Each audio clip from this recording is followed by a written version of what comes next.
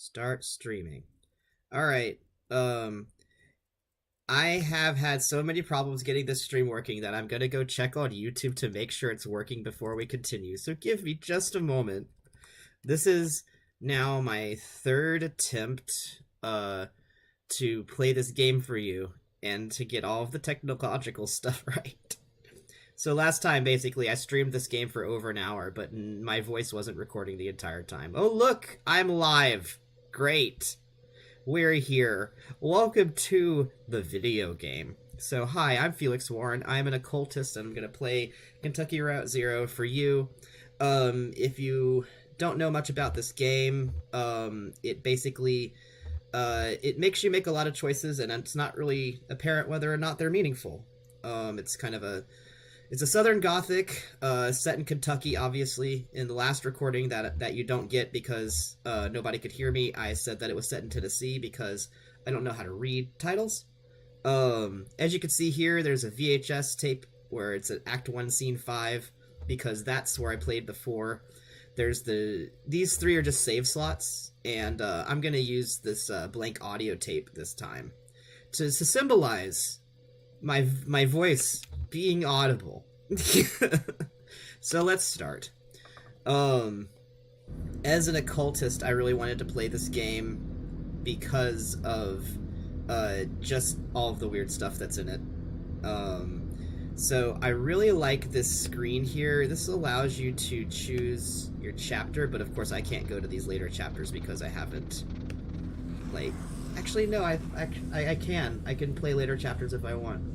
Also, I have actually played up to Chapter 3, separately from this, just years ago. This game came out in 2013, but its final chapter, Chapter 5, only came out 2 years ago. So, even though I played it years ago, I couldn't have finished it. So, let's go! Act 1, Scene 1. There's a lot of dialogue and narrative in here, and I'm going to voice it all. Equus Oils. And that's one reason why I was so ticked off that my voice didn't record last live stream. Because I was doing so much work. Is the sound coming through? I think it doesn't really give ambiance. Is there supposed to be sound effects? Let me check our options here. Audio. Remember. Resume.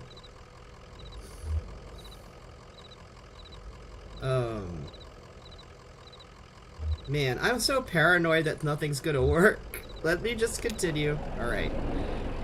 An old hound and a straw hat. Both have seen better days. I remember there being more sound in this game before.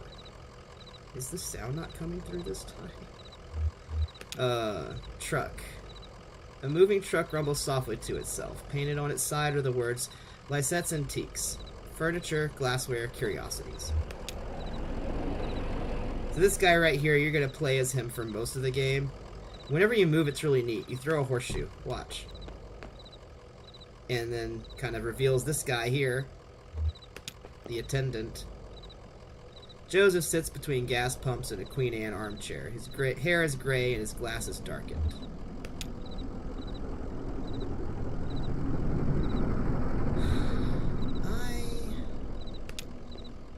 It's so hard to tell whether or not the sound is working here. Damn, did you hear that wreck? Truck full of bottles, I don't know. Beer bottles? Whiskey? Lost a tire or something. And spilled booze and glass all over the interstate. What a mess. Hope they don't come down here looking for anything. We blew a damn fuse and it's all shut off. Did I hear a dog? What's your dog's name? So, first time I played this game, I named the dog Blue. Second time I named it Homer. And I've never tried the just some dog I don't know his name option. And this time, I'm gonna try that. Sure. We got a couple old cats that lurk around. Well, I bet he's a nice dog anyway, well behaved, or he'd be after my dinner. Hey, here's some jerky for him. I made it myself. Didn't turn out too well, but I bet a dog will eat it. Great. It's just your great contribution to humanity. Getting late, right? I can feel the sun on my neck. But it's just a few feet off the horizon. You got two options here. I've been driving all evening looking for 5 Dogwood Drive.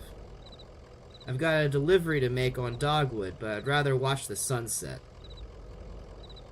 I'm gonna point out something. It's interesting that he needs to go to 5 Dogwood Drive. He's got a dog with him.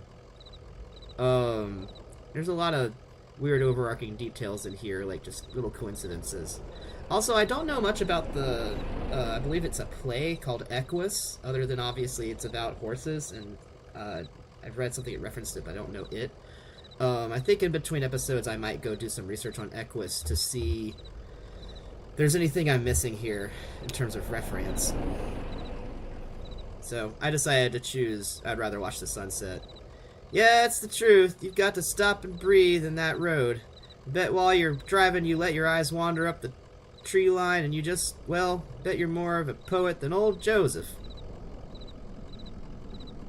3 options. So where is Dogwood Drive? So how long have you been working here? Do you like poetry? Of course we're gonna ask, do you like poetry?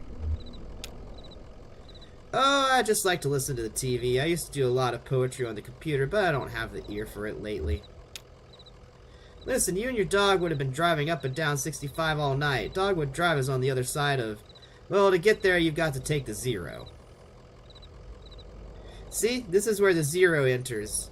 And also, look at the word for 0. It's weirdly warped and obscured. The 0 is a tough route to find, but you can use my computer to look up directions. You'll have to head down into the basement and reset the circuit breaker first. I'll be happy to have those whining lights back up anyway. It's too damn quiet out here. Basement door is back there in the office. Appreciate your help, friend. Oh, and here. Take this lamp. It gets dark. I think, you know, we basically have this lamp from now on. So...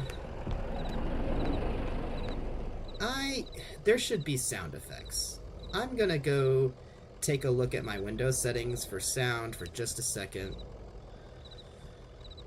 Sound settings, system settings. Output device should be headset, earphone. We got the input device properties. Headset, earphone, balance is right. None of this is good content. Desktop audio shows something. Oh, now that's scandalous. You're getting the audio and I'm not? How dare you? How dare you get this sweet content that I can't hear? Am I just... What did I do to my headphones that I cannot hear anything? This is very frustrating. Alright, let me take a look.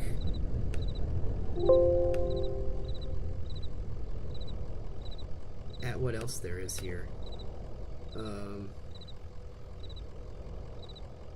Sound settings. I can't hear any of this. Well, welcome to debugging live on stream. While you're looking at the screen where nothing happens, I am troubleshooting my sound, and we're just going to do this together because all this is live. I have been trying so hard to get y'all a game. To play a game on stream for YouTube. It's been so hard. I'm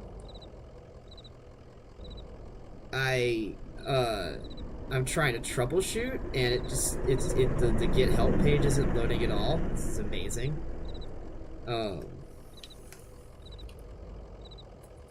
Wait. My cable wasn't plugged. My guys, my cable was loose. My cable was loose that whole time. I had a loose cable. I had a loose cable, and if I would have just put my cable in the headphones all the way, I would have been hearing this whole time. So, this is the game, everyone. Welcome to Kentucky Route Zero. You've been hearing sound, and I've just been wondering if sound exists. I'm sure there's something meaningful to all of this. So, we're gonna go into the place he wants me to go fix the power. Yeah, all that beautiful audio that I wasn't hearing before. No wonder I was so thrown off.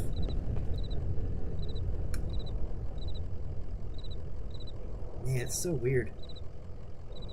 I only hear the truck in the right channel because it's over to the right. For a second I had to check my headphones to see if they were correct. I have been having so many technical difficulties that I've been kind of gun shy, so. I love this scene. So there's a lot here going on. For one, it probably looks pretty weird to you. This isn't how things are underneath the gas station usually, right? Not really. Even in the South. So this is what it's like when I turn out my light. And I can go down the stairs. You see, there's a thing here. Now, last time, I actually found that later. The rusty, dusty sign is bolted onto the wall. It's actually dusty and rusty. I swapped the words. I'm sorry. Sign. These are the rules. 1. No open flames near the gasoline. 2. No consumption of beer or spirits on the premises. 3. In case of sudden darkness, do not panic. Relax. Count backwards from 5. 4. Strictly limit time spent in the basement to fewer than 3 minutes of every hour. And, like, that's creepy sounding, although I guess you could say it's for the fumes. Now, can I pick this up now? I can't see it.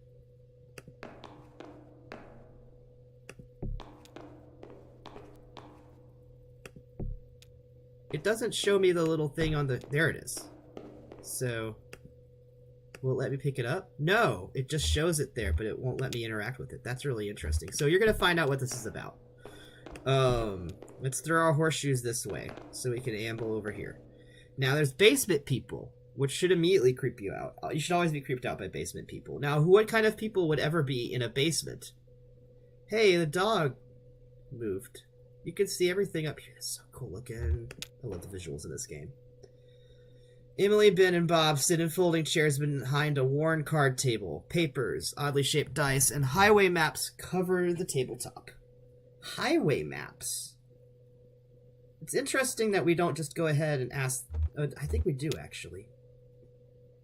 So, now let's interact with Emily, Ben, and Bob. Conway clears his throat. Have y'all seen a breaker box down here? Or, oh, sorry, I didn't know there was anyone down here. I'm gonna ask about the breaker box. Emily, to Bob. Did you hear something? Bob, to Emily. No. Sorry, I was looking at the rules again. I feel so ignored and cheapened, even. Ben, to Bob. It gets easier as you go. Look, you said you rolled a 5, right? That means you get to pick up your marker and move it anywhere on the map. Rolled a 5. Got it.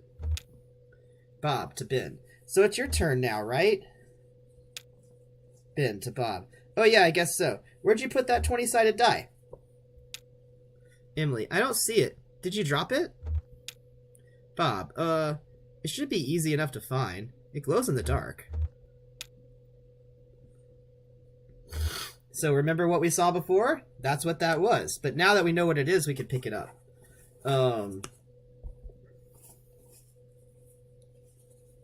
Interesting logic pattern there. So, out go the lights. I will not fall over. This is the safest basement in the world. I just can't stay here longer than 3 minutes, apparently. And now I know that's the game piece, and I can go pick it up. Conway picks up the glowing 20-sided die and inspects it. The number 5 is facing up. It's just a small piece of plastic, but has a reassuring, almost comforting weight. He places the object in his jacket pocket. Turn the lights back on. It's just so hard. So let's go. Let's go over here. Nobody there. Look at the table. Folding chairs are arranged around a worn card table. The chairs are empty, and the surface of the table is bare. There's nothing there anymore. You can place the 20-sided die on the table, or you can keep it in your pocket and walk away. I don't know of any consequence for keeping it in your pocket. Like, just nothing much happens if you keep it. I want to put it on the table this time. It's kind of solemn. Conway places the 20-sided die on the table. What happens if I... Yeah, it doesn't show up anymore. Go upstairs.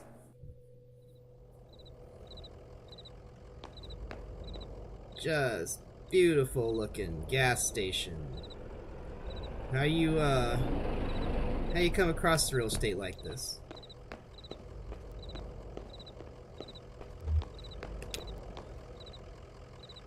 Just head back into the office and you can't miss the stairs. Breaker box will be somewhere on the right side of the room down there. Why can't you fix the lights yourself? There's some people in your basement playing some kind of game. Alright, I'll do it now.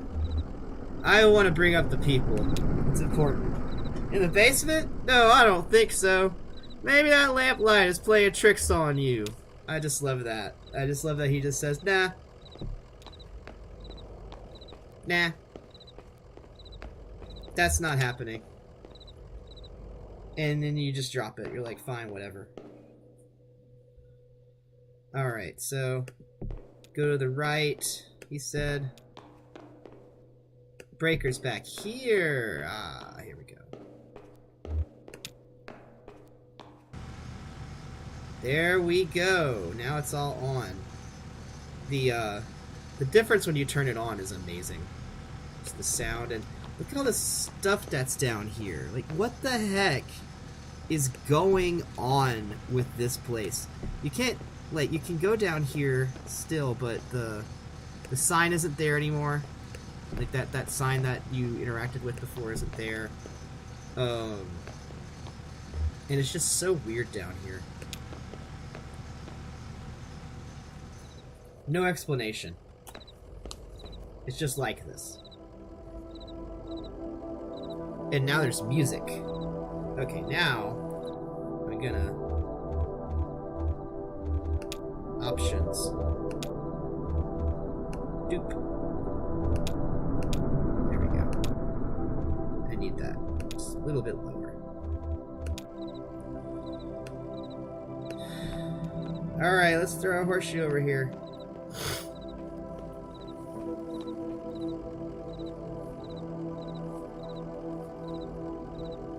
Interesting, it's Equus oils instead of Equus gas. What oils do they sell? Joseph, what's up? There it is. Just listen to those lights whine. Yep. Well, I better get those directions and head to the Zero if you don't mind. Or, there were some people down in your basement playing some kind of game, but they're gone now. I still want to talk about this, yeah. So you insist on it, do you? Alright. Well, strange things happen underground, especially in the dark. Thanks for letting me know that. I wonder if that's going to be relevant in this game. So, computer's in the office. You're looking for Marquez. She knows her way around those roads. She'll get you off to the Zero. And the password is, damn. I usually just feel it out. Muscle memory, you know? It's kinda long. Kinda like a short poem, I think. One of those short poems that really sums it all up. Y'all wanna figure out one of those short poems that sums it all up? Really sums it all up? Let's do it. Let's poetry.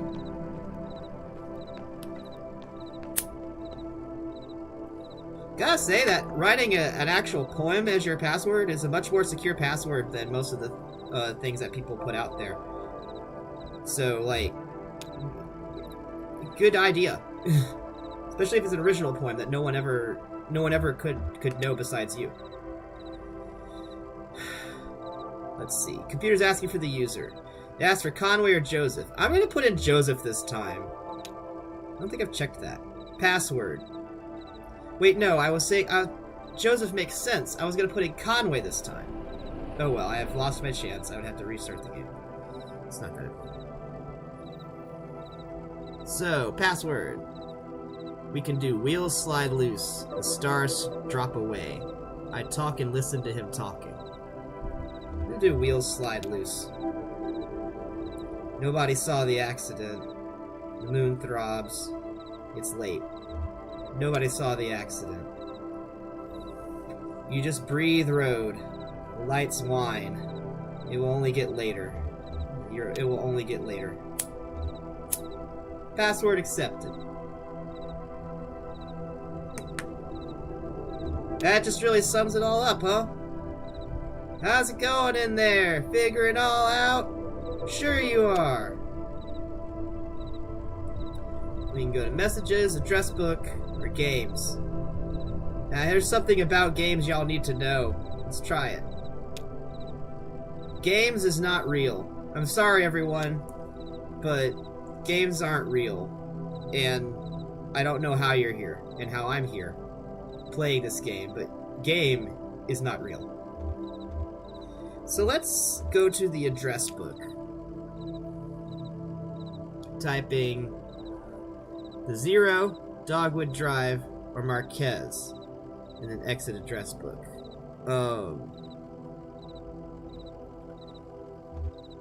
We need to go to Marquez, but all these other two are pretty useful too. Let's go Marquez first.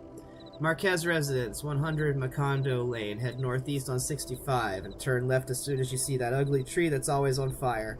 Look for the barn at the base of the mountain there. Can't miss it. You know, that tree that's always on fire. That one. Joseph's outside. You got it? Out there on Macondo somewhere, right? Yeah, that's it. Hey, look, while you're down there, I loaded that old TV of mine into your truck. Borrowed that thing from Weaver Marquez a number of years ago, and now that the power's all weird out over here, I can't pick up anything but static and public access anyway. She was always more of a reader. Maybe she'd want it back at home. It's a nice TV. Guys, it's a nice TV. Surely she'd want this nice TV, even though she reads. She could put ambient music on while she reads on the TV.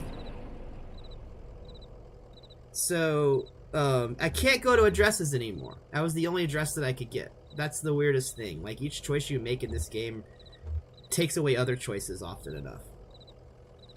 So let's look at messages.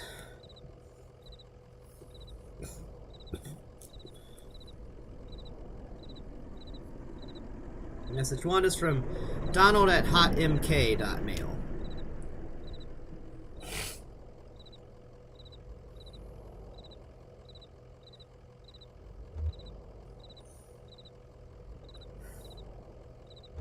Message 2 is from accounts at consolidated.mail. Now, they haven't mentioned this in this run. I don't think he mentioned this, but the Consolidated is the power company. And they have some really interesting quirks here. Part of the, I don't know, the soft horror, I call it, of this game is what's happening to these people while you're talking to them, like what's happening to them in their lives that they're going through. So let's read message 1 from Donald. From Donald at hotmk.mail. Subject: fragments dim of lovely forms. Message: Joseph, I know it's been a while and I know you're still sore. There's a whole world in here and we need your help to unmask it. Yes, the caves are cold and damp and we are old and lame. Never mind. Can't remember why I even started writing this. I miss those days in the lab with you and our dear Lula. Maybe you found your own Xanadu. Well, so have I. I wonder if that's reference to the allegory of the cave. Maybe Joseph has made it out into the sun and they're still in the cave looking at the fire, casting shadows on the wall. Message 1 is from... Yeah, we know that. We did that. We done did that. Message 2 is from Accounts Consolidate. Let's go look at that one.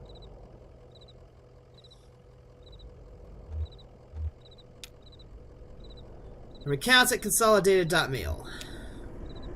Subject: account standing urgent. Message: Dear Equisoils, this is an urgent automated message. I love that. The message is automated, but we assure you it's urgent. No one here is actually thinking about anything or here to make a decision, but this is an urgent message. This is an urgent automated message that your account is overdue by more than 14 days. In response, we have switched you to our low reliability Dirty Power Plus plan. That's just evil. Consider making a payment immediately to obviate the need for us to switch you to Sustained Brownout Select. It's just so corporately phrased. Sincerely, your friends at the Consolidated Power Company. I love that it's consolidated, that it's like really on the face of it. Obviously, there's been a buyout of this power company, and it's part of the decline of this area here. Big corporate owners. Alright, we've got the messages, we got the addresses. Let's exit messages. Most of the game is not just this. There's a lot more else that goes on. Exit. Alright. So we got that info.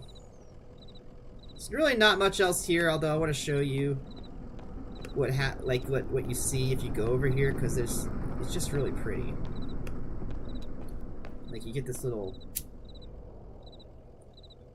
vantage point. It's just nice and quiet. Ambiance. Lo-fi beats.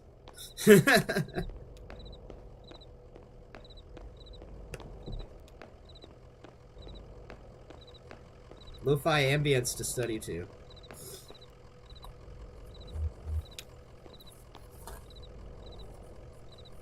Sun's gone down. You said you and your dog better get on that road. You're gonna make your delivery. There, a dog has a hat. I love that.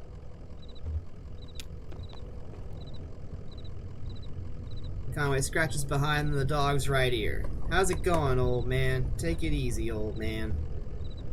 How's it going, old man? What do you think of this place? How about a treat? Take it easy, old man. I'm not gonna do a treat, I'm gonna save that thing for later. What do you think of this place? It's odd. Never noticed it driving by, or seems like they're really on the rocks. I'm gonna talk about how I never noticed it. It's odd, I never noticed it driving by. Yeah, you can either give him a treat or take it easy.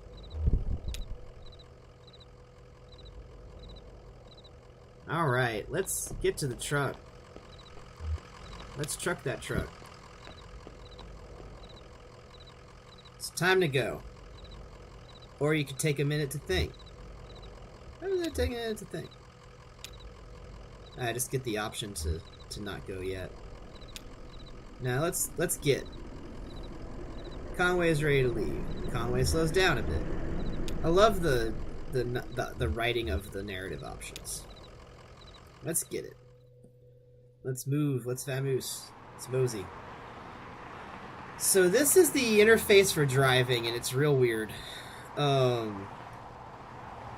one, all of your notes are over here in the corner. So directions from Equisoils. Head northeast on 65 and turn left as soon as you see that ugly tree that's always on fire. So this is 65. Northeast is this way. See, you're still throwing those horseshoes to get around. Let's look for the ugly tree that's always on fire. That's probably going to be hard to miss. Look at it. There it is. Let's look at it. No, I want to look at you. Get over here. We're going to look. Looking is important. A tall black oak burns on a hill above the road. It's just there. It's just burning. No reason.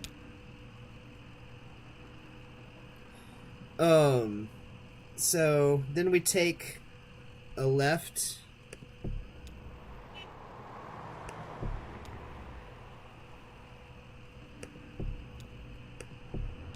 And here's the farmhouse. Mammoth Cave Parkway. It's a lot of reference to archaeology. Going underground and digging up the past.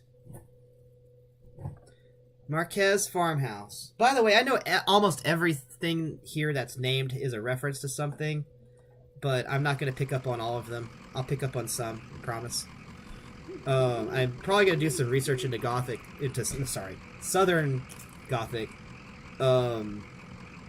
after this episode at some point before I do the next episode to have a little bit more vocabulary, as it were. Talk to the dog. Dog's gonna know. Pretty dark out here, huh? So I guess we just head up the path here. The farmhouse is up the hill a bit. Keep an eye on the truck, alright? Maybe I can borrow you a treat up there. Whoa, somebody just walked by in front of this here. I don't know if you noticed that, but somebody walked by from this vantage. It's so weird. You actually feel watched over here. Let's look at this lamp. Street lamp lights the base of the dusty path leading up the hill. So let's get going. Let's move. Dog's gonna go stay by the truck. We're gonna go up this way. And it just slowly coalesces into a form. You can look at there's actually a graveyard over here. Family graveyard is set off to the side of the house. Headstones are inscribed with the surnames of the unfortunate: Nowakowski, Padilla, Marquez.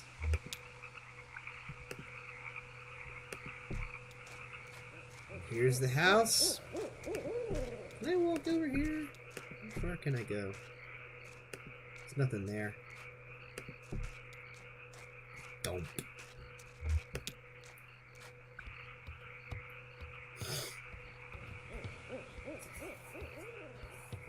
Can hear that owl, huh?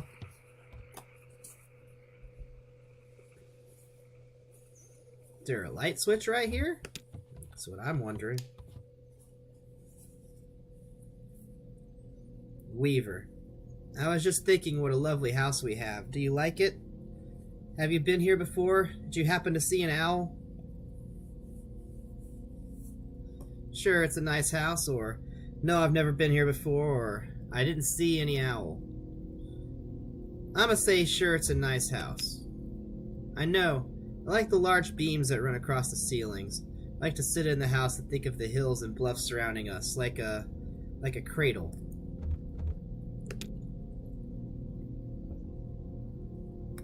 There used to be another house here, but we had it destroyed. And we built this one. It was very expensive, and we got quite underwater. What do you do for work? Is it too difficult, or do you like it very much? I was once a mathematician. Are you looking for something in particular here? She asks a lot of questions. You can't actually interact with her on all of this stuff. I drive deliveries for a small antique shop. It's better than being in a ditch. I'm looking for the zero. Let's get to the zero. Oh, you're lost, and that old blind man sent you. Like, this is the only time that they mentioned that old man was blind, by the way. Like, maybe that's why he doesn't see the people in the basement. Is that right? Of course he did. He's nice. Did he say anything nice about me? Did he send along a gift? Heck, maybe the reason the guy didn't go reset the circuit breaker and stuff is because he's blind, and it's a lot easier for you to go down there. I didn't even think about that. Wait. Why does he have a TV if he's blind? Wait, no, he could listen to it. I can't. Man, sorry. Like, there's just things about his conversation. Like, the lights are off, but he talks about the buzz of the lights. Like, that's what's regular for him. Man, like, sorry. Just kind of like went through all of the irony of a blind man sending back a TV. He said you were too smart to watch TV, or he asked me to return this TV set of yours. I'm going to go with the latter. The latter. Will you please set it up? Then I can explain to you how to get where you're going. The zero. I know. Zero is always like this. It's always so weird. Set up TV. Let's set that TV up. Now see, the background is like regular with just trees in it. Now things are going to be different. Like, I love how they do the visualization in this game. It's really interesting.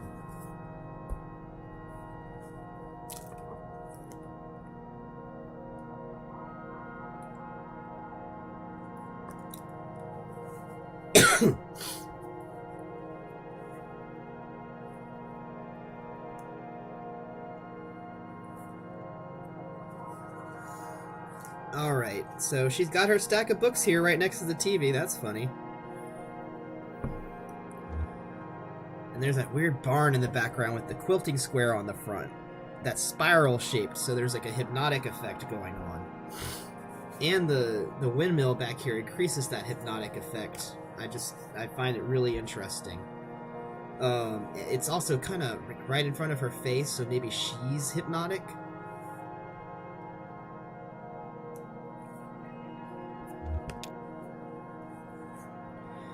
Weaver, that's not how it's supposed to look. You made a mistake setting it up. Is it a foreign object to you? Which of your parents was it who wouldn't allow you to watch television? Ma thought she heard ghosts in the static, or Dad thought it was radioactive, or I know how to set up a TV. I like the radioactive one. I know about that. He was ill, wasn't he? Mentally, I mean. Kinda cautious? Timid? Cautious, yeah, that's a way to put it. No, things just had to be a certain way. No, just expressive. I like expressive. You have it all backwards. I'm not surprised. Are you? Have you been paying attention? I don't think you have. You have it all backwards. It's time to start paying attention now, Conway. Look closely at the television. We're going to look closely at the television. Let's look at it. But instead of looking at the TV screen, we zoom into the background, which apparently is what's been displayed on the TV screen this whole time.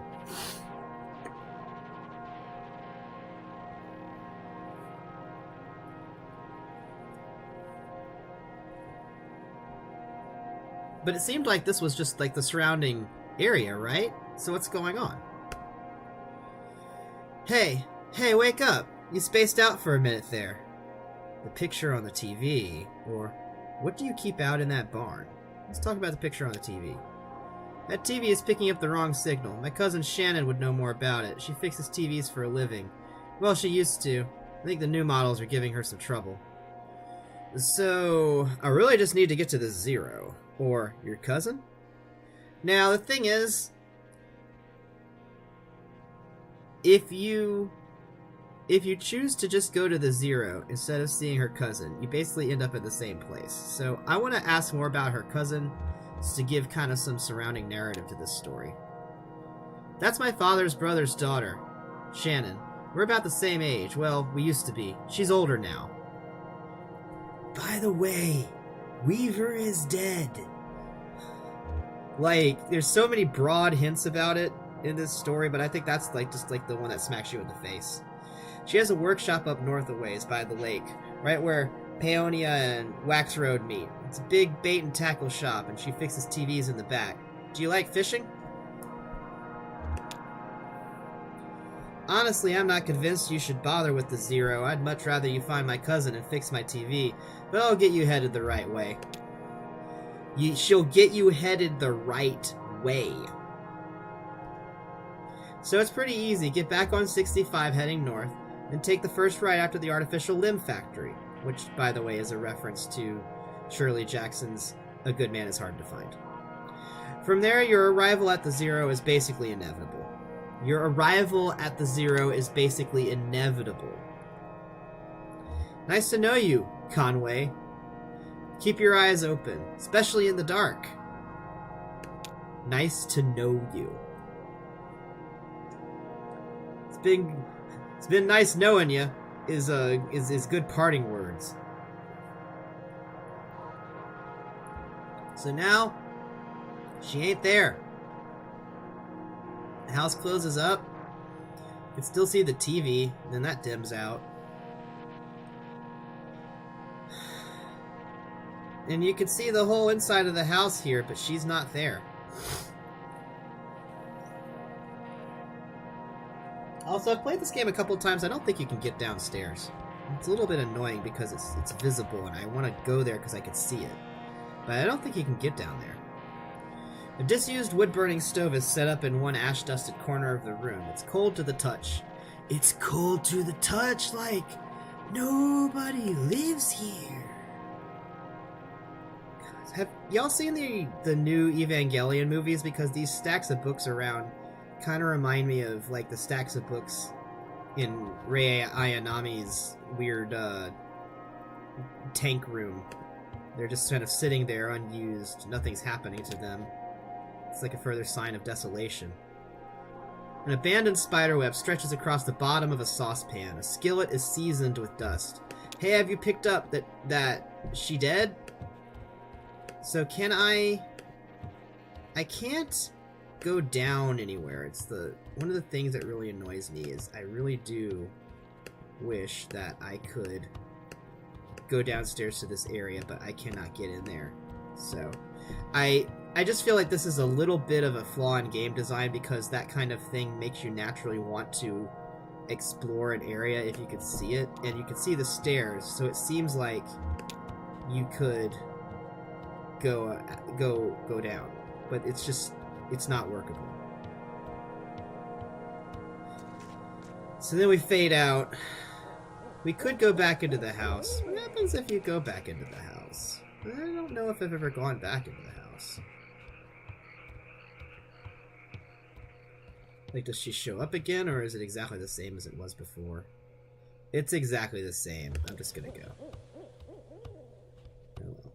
Let's match that camera movement go backwards yet again. Just amazing shades of gray here. Can I go over here again? What happens if I look at the graveyard? Family graveyard. So is she in here? Like, it says Nowakowski, Padilla, Marquez. Is she in one of these graves? She must be. Let's go to the truck. This got weird.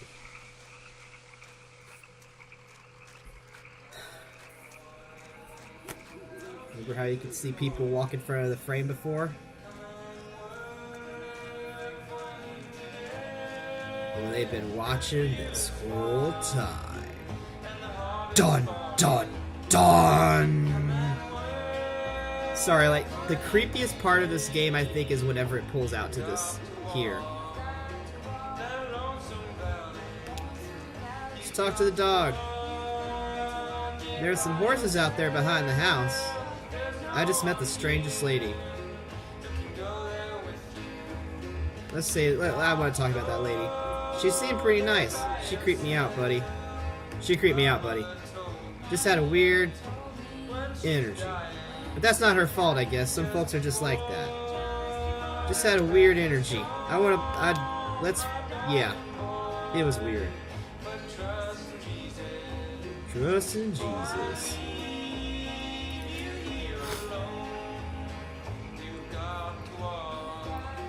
I want to hear this music a little bit longer.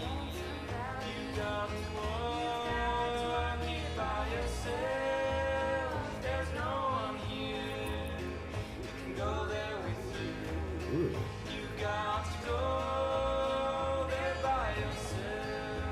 Huh. You got to walk this lonesome valley. You gotta go there by yourself. Nobody can walk this with you.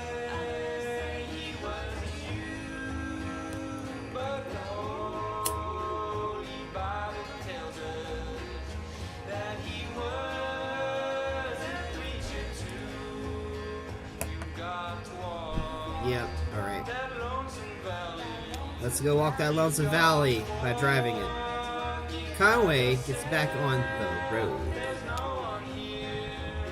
The end. Ooh, that was a nice place to fade out. There's no one there to go with you. Fade out. So, let's look at our notes. Shannon's workshop. Directions from the Marquez farm. Up north a ways by the lake, right where Paonia and Wax Road meet. It's a big bait and tackle shop, and she fixes TVs in the back. Marquez farmhouse, 0 on-ramp. Directions from the Marquez farm. Get back on 65 heading north and take the first right out to the artificial limb factory for the 0 on-ramp. Or you can go to Shannon's workshop. Up north a ways by the lake, right where Paonia and Wax Road meet. So I've gone to the 0 from here, but I kind of want to try out the workshop. So how's that go? It also opens right to it, so I kind of think that's the goal. Up north a ways by the lake, right where Paonia and Wax Road meet.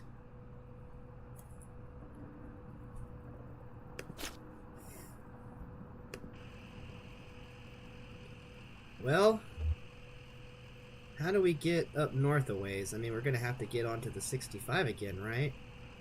It's got to be where Paonia and Wax Road meet.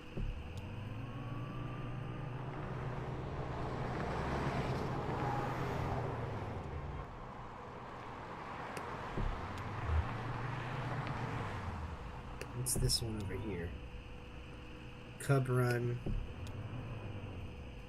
Can't be it. What about over here? Raider Hill Road. What's this? Frenchman Knob. Oh yeah. We got some names for roads here. Bacon Creek. We're still in Bacon Creek. What's this up here? We can't go there. Hammondsville. Well, let's see if I can now that's gonna be the what they called the off-ramp to the zero, by the way. Guitar player. There's a guitar player. A young man in gray stained clothes sits by the side of the road. He is playing a worn guitar. To his left is a blue mug. To his right, a weathered dog. Listen, or pet the dog. I'm gonna listen. I already got a dog. My dog will get jealous. I don't even know my dog that well. I can't get to know your dog. Conway stands and listens. The young man strums absently on the guitar, hums tunelessly, and occasionally mumbles a word.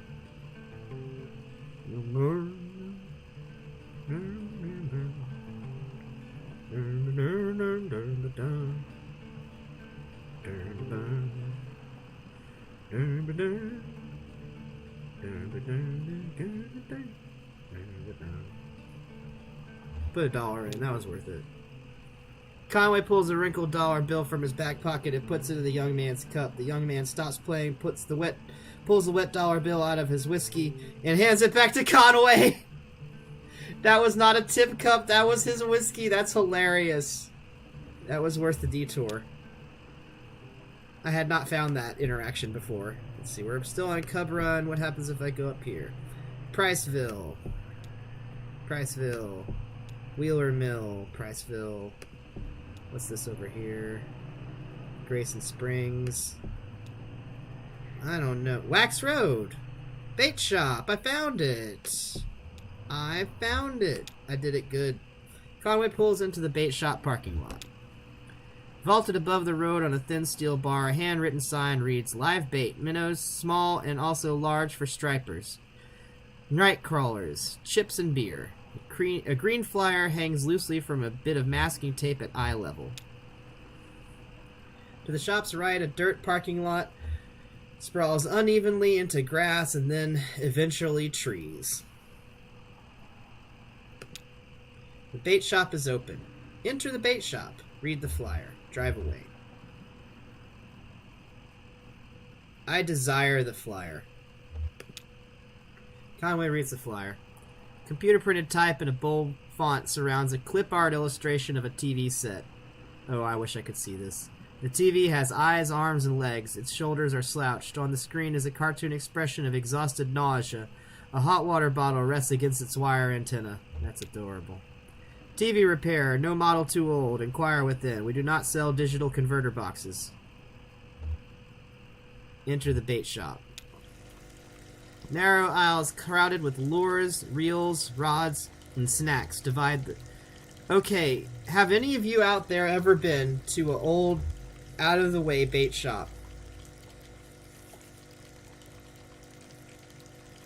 Did you have the experience just now, just like me, where you kind of just imagined yourself walking into that old bait shop that you've been in before? Because that's what I did just now. I imagined myself walking into an old bait shop in South Louisiana. Wow. Kind of transported me for a second. Narrow aisles crowded with lures, reels, rods, and snacks divide the shop lengthwise from the entrance to the cashier's counter. The left wall is lined with churning tanks of water. Look into the tanks. Guys, I loved looking at the fish in the bait shop. The 3 metal tanks aren't labeled, and the water is too agitated to get a clear view of what's inside each one. The contents of the first tank are vaguely gray, the second is a muddy pink, the third is clear, but shiny silver flecks occasionally flash along its surface. That's weird. You just made the bait shop weird. Congratulations. Look, reach into the first... You can reach into these things? Holy... That's what you do on Halloween. You have, like, kids reach into, like, a bowl that they can't see inside of, and then they, like, it's like cold spaghetti noodles in there, and you tell them it's brains. Like... I could leave. Gods, I'm gonna do it. I'm gonna reach into the first tank. Ew. Conway's hand brushes against something roughly the size of his palm. No, no, no, no. Reach deeper into the tank or remove hand from the tank. What are we doing? Why are we doing this? Reach deeper. Conway reaches deeper into the tank. Conway's hand comes into contact with a scaly, uneven surface as he runs his fingers along the bottom. A bead of sweat bridges the inches from his temple to the water surface. Something bites at his forearm. He recoils. Jesus Christ, what are you doing? Let's reach into the second one. Conway's fingers slip through something fleshy but inert. The sensation is nauseating. Ew, that's the pink tank. And something's dead in there. Reach deeper. Let's just get how bad it is. As his elbow passes into the pinkish mass, he realizes he's about to be sick from the smell and pulls away. Gods! What the F? Does the first tank change any? Reaches in, brushes against something roughly the size of his palm. You can just remove the hand. What happens when you remove it? Right, yeah, nothing happens. Alright, I've navigated the trees enough. What's in the third one? Water seems to tremble with life. Conway can't tell if his hand is being nibbled by fish or massaged by the artificial current. As his eyes near the surface of the water, he can see something colorful glowing faintly at the bottom of the tank. Reach deeper into the tank. A tremor spreads from his elbow out to his fingertips and up to the base of his shoulder. His vision flickers. The water is running warm under his skin now, and he has the sensation that something is about to snap. His eyes close.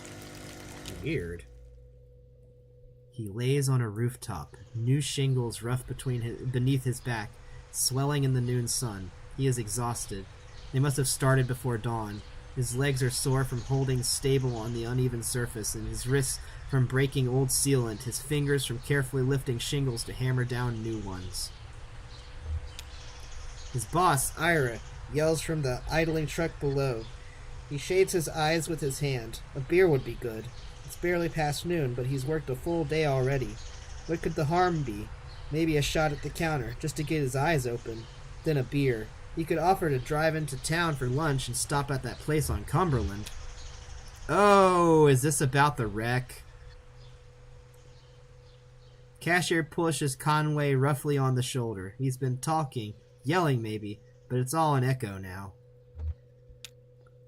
Dude, Conway had a freaking flashback. It's interesting, looking at a glistening, lights-changing kind of surface, he basically got hypnotized. There's a constant theme of hypnosis in this game. When else does that happen in my life? Sorry, I've been, part of the reason why I've got so many books on hypnosis, and I do, the videos that I do that mention hypnosis, or I have the mention of hypnosis in my content, is because it's just happened to come up everywhere. And so, of course, it is just happening to come up in this game. Of course it is. Conway looks up, his neck stiff with pain, his right palm still tingling. The cashier points to the tank, then above it to a few holes torn in the wall, nail holes from which an electric sign has come dislodged and fallen into the water. He helps Conway to his feet, looks at him pitifully, and then returns to the cash register.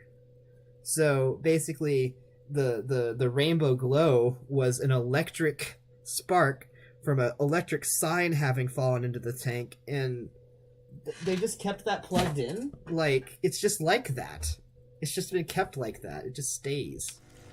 I think one of the biggest things about, like, Southern Gothic horror kind of... Southern Gothic horror, I think, putting it all together, is, like, this... The awfulness of something that has just having been left there like that. And, like, just decaying.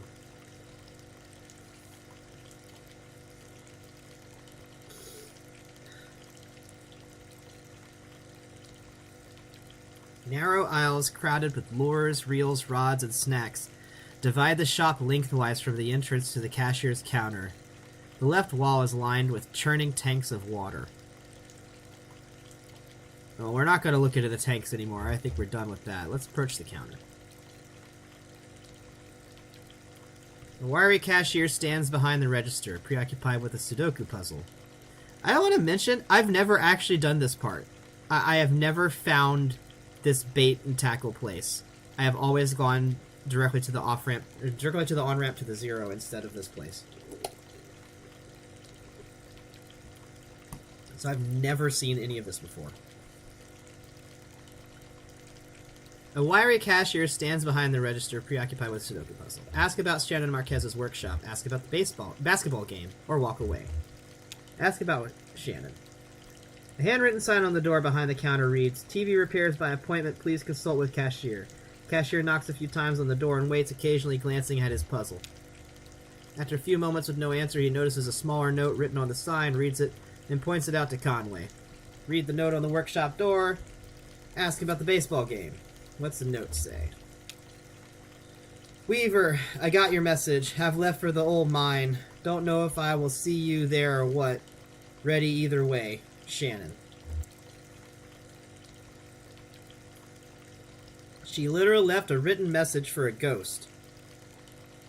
Like, I don't know if Weaver's dead or not, but the way that the writing is, it really seems like she is actually a ghost and everyone just kind of accepts that she's a ghost, but also in their community.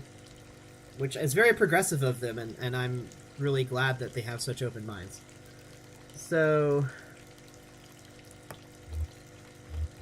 Ask about the baseball game. Basketball game. I keep on saying baseball. Cashier switches on the radio. An AM sports broadcast is playing, but Conway can't be sure if it's meant to answer or to drown out his questions. I mean, that's no different than any time in reality when you try to listen to sports on the radio. Am I right? Like, I know that there's people out there who listen to sports on the radio and they enjoy themselves. But for me, anytime that I hear sports on the radio, all I can think is, how the hell are people keeping up with this game?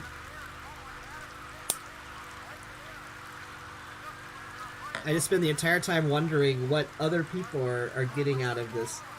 Because it's incomprehensible to me. Well, time to walk away. Narrow aisles crowded with lures, reels, rods. It's the description again. Yep, let's go back to... We've backed up in the dialogue tree. Leave the shop. Vaulted above the road on the thin steel bar, handwritten sign reads, live bait. Yeah, this is all the same stuff as before. Green flyer hangs loosely.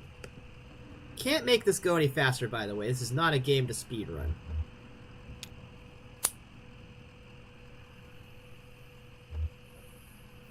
This is a game to mosey through. This is a slow run. Alright, let's drive away. Conway drives away. So we've gotten that. I want to go back to the artificial limb factory so you can take a better look at it. There's some text whenever you pass it.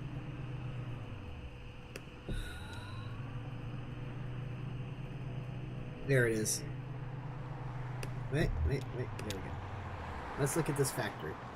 The creek runs alongside the highway and then turns toward a dirty brick building. A grinding drone from within the building is faintly audible from the interstate. Floodlights on the lawn illuminate smokestacks. At the edge of the building's parking lot, a large sign partially obscured by the trees reads, Artificial Limb Factory, which I can only guess means America's Best Artificial Limb Factory. Just like America's Best Contact Lenses. They're owned by the same company. That must be what it is. Let's go over here now. We know where this game is going. It's going over here. On-ramp? Question mark. That's always a good sign. That's how I feel about every on-ramp. Is this right? Or am I going to drive into Narnia? Like, regular driving in real life is so weird that this game is basically just a straight-up description of it.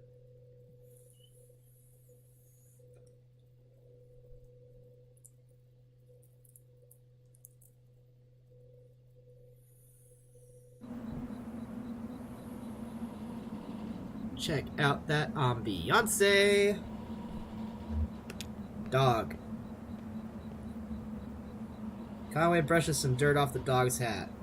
How's it going, old man? Take it easy, old man. I'm gonna ask how it's going. It's important to check in. Huh, not sure that lady was right about the on-ramp to the Zero being here, or hey, you got something on your hat. I think that this first one is obvious, so let's just get that off your hat. Been digging in Lizette's flowers again, or did you pick that up on the road? Yeah, where's your hat from? Digging in Lizette's flowers again. Is that Lizette's grave or flowers she planted? Did you pick that up on the road? Don't you ever get tired of nosing around strange places? You like it out here, don't you? Picking up strange dirt on the road. Don't you ever get tired of it? I wonder if that's what he'd tell himself.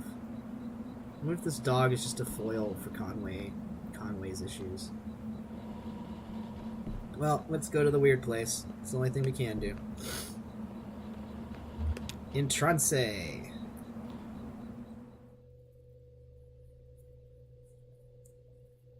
Act 1, Scene 4. Guess they're really trying to emphasize this as like a play. The stage, like the scene changes, like it's always like a set instead of just an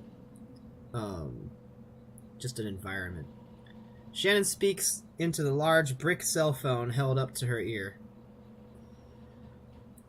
It's $200 for 2 weeks, or yeah, it kind of is an emergency, or no, it's fine, I'll figure it out. Yeah, it kind of is an emergency. Phone, inaudible. That's true. Or, I guess he can't kick me out for another week or two, or... But can I trust him not to just change the locks? Guess he can't kick me out for another week or two. Inaudible. Yes, and I appreciate that, but... Or, okay, you're right. Or, just... Never mind. I have to go. Sorry. I like that one. It's so... expressive. Shannon hangs up the phone and puts it away. And then we walked up. Then Love comes walking in, but I'm pretty sure that we're not Love. I find it interesting that it seems like Weaver's trying to set us up together for some reason. I like that the dog came with us.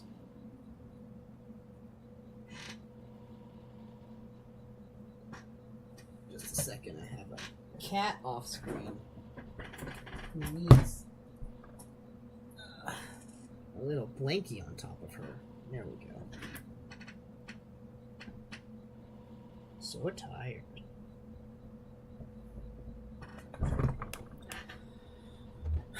Alright. Let's get to you, Conway. Stranger. I'm a stranger now. Excuse me, ma'am. Saw the light was on and I'm looking for the on-ramp to... Are you here to kick me off the property, or do you believe in ghosts? Yeah, Weaver's dead. Well, let's see. I do believe a place can be haunted. That's what you mean. What about a person? Can a person be haunted? Or, no, that's not what I mean. Alright. Well, okay. I've run across a few people who acted like ghosts. Kinda there, kinda somewhere else. Me too, or... So what brings you to this old mine tonight? I'm gonna go with me too. Oh yeah? Is that what led you down here? Yes. Or, I don't want to talk about it anymore. Yes.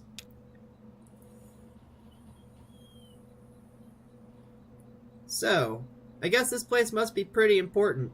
Maybe I'm in the right place after all. Here's what it is. I drive deliveries for a shop called Lizette's Antiques, and I'm out trying to finish this job. You're making a delivery to the mine? Or what kind of stuff are you hauling? Let me go with a ladder. Antiques. Good stuff.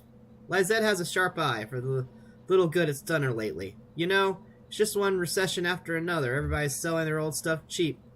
Nobody's really buying. I have a delivery for 5 Dogwood Drive, and I can't remember ever seeing that address before. Now I heard I need to take a highway called the Zero. Aside, this part right here was written in 2013.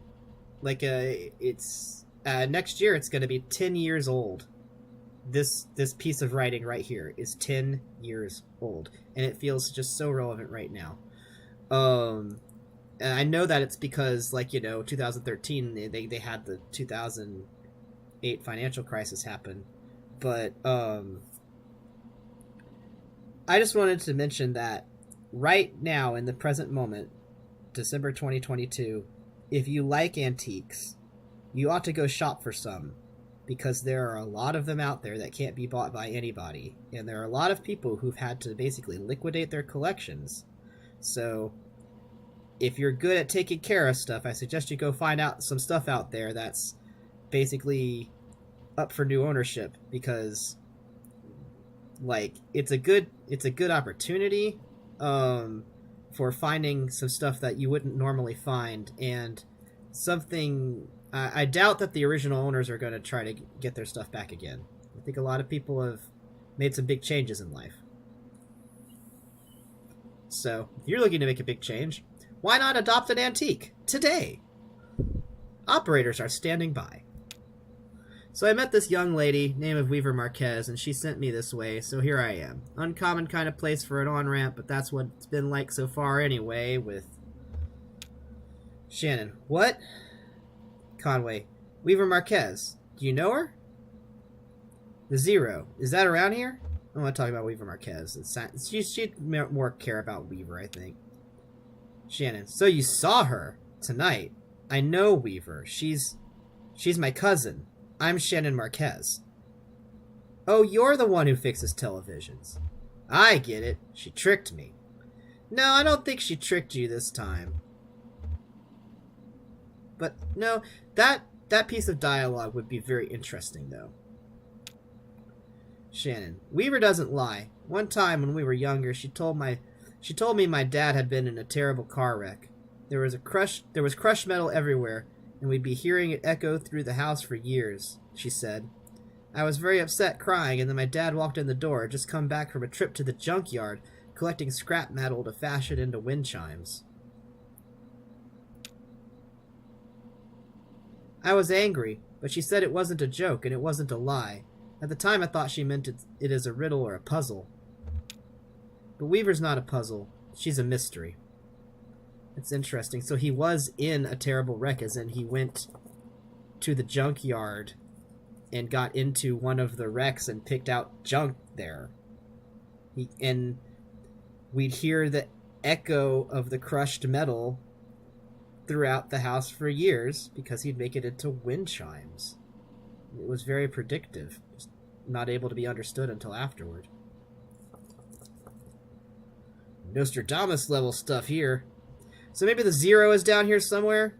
So what are you doing down here, Shannon? Yeah, what are you doing down here, Shannon? I talked to Weaver earlier this evening, too. Or anyway, she talked to me. It's hard to tell if she's listening sometimes. By the way, I find the more you ask about the Zero, the more evasive people get about it. So I try to explore the dialogue that really tells us about people. I highly encourage playing this game yourself if you want to explore any of the options, because there's plenty of places to explore. Every playthrough is different. It's really, really interesting. I talked to Weaver early this evening, too, or anyway, she talked to me. It's hard to tell if she's listening sometimes. Weaver told me I had to come down here to the old Elkhorn mine. She said I'd find something I've been looking for. Where did you see Weaver? Or what are you looking for? What are you looking for? I'm not exactly sure. I have a few ideas. I'll know it when I see it. Evasive. I have to pause for just a second. Let's see if I can... I'm gonna mute my mic. I gotta eat a snack.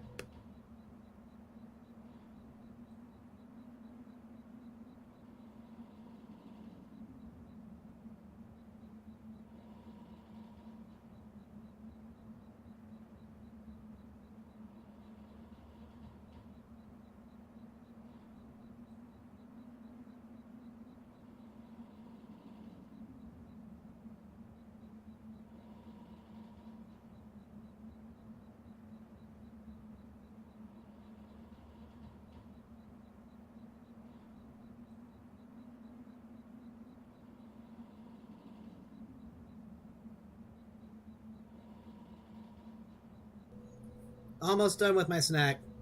Yeah, like you really need brain food after playing this thing for an hour. There's so much stuff to read.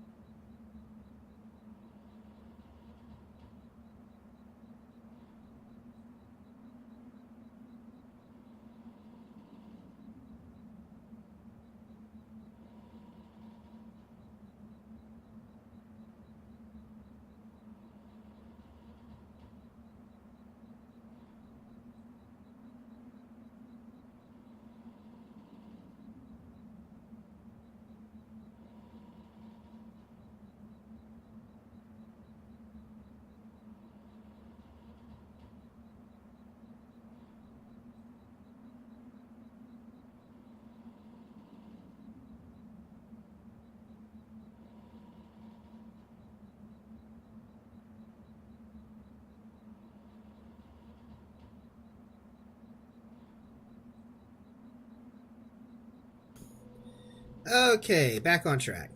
Let's go. Um,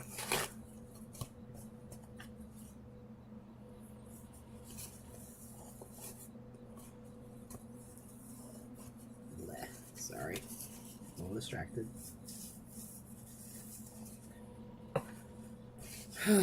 Back on track.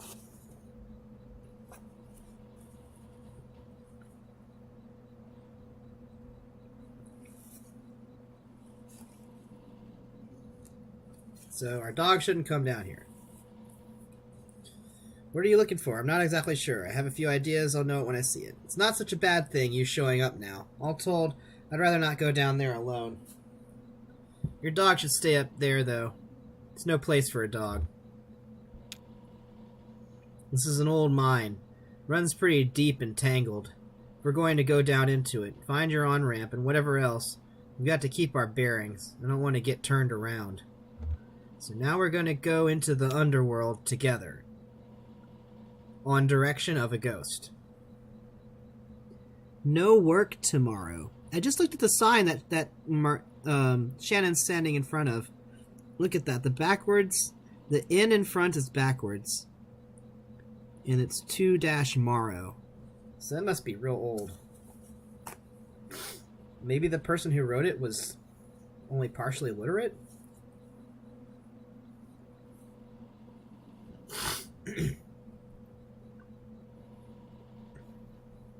Like a very rudimentary education.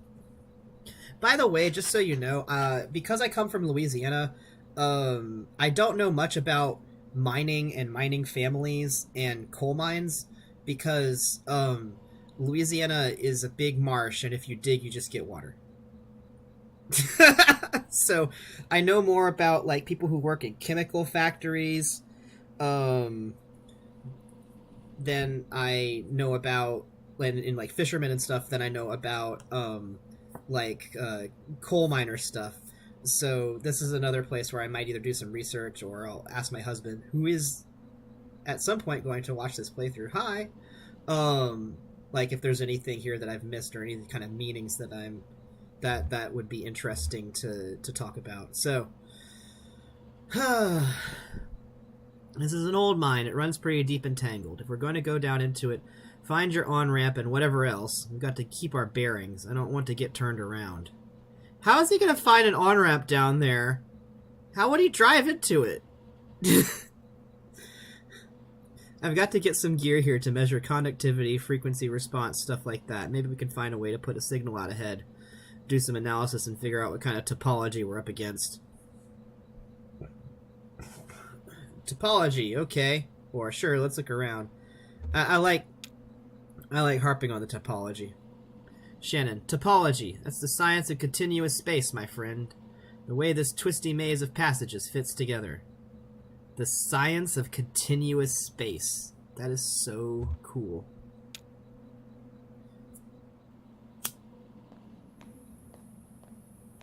Let's get her going. Look at that walk. Strut. Doggo's just going to stay there eventually, right? Doggo's not going to follow us all the way in. Yeah, Doggo stops right there.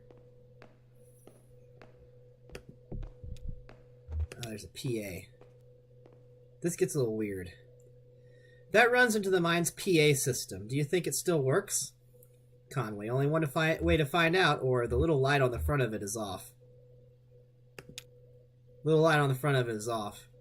Oh, there's no power. Yeah, okay. Even when this old mine was up and running, it was tricky to keep stuff powered. You know, the miners used to have to pay just to run the fans and the lights. Yeah, they got paid in these shitty plastic tokens. Coal script, you know? And if you wanted to run the fans for a bit to clear the air up, well, you'd have to put a token in. This is one of the things I want to know. Like, is this true? Coin-op fans? My parents used to work here. So did Weaver's parents. I guess a lot of folks' parents worked here. Oh, I think some of this is about generational wounds. So let's just head into the mine and see what we see. Or, can we power it up? Can we power it up?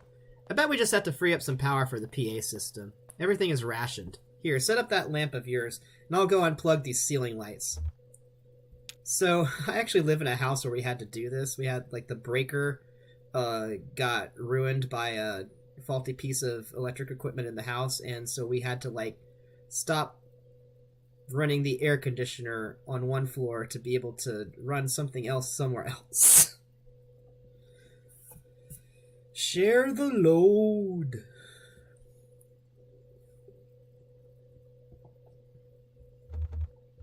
Clear your throat nervously. Try to think of something clever to say. Fidget with the change in your pocket. I'm going to fidget with the change in my pocket.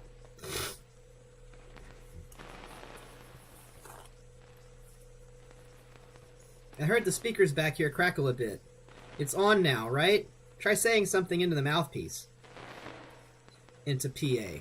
Well, or into PA. ... I like the ... because you just can't think of anything to say. Shannon, say something! So, we're down here, or I've got... Okay, I hear you. We need to measure the echo delay time and figure out how deep the tunnels run. Just make some noises into the mouthpiece. This is so creepy.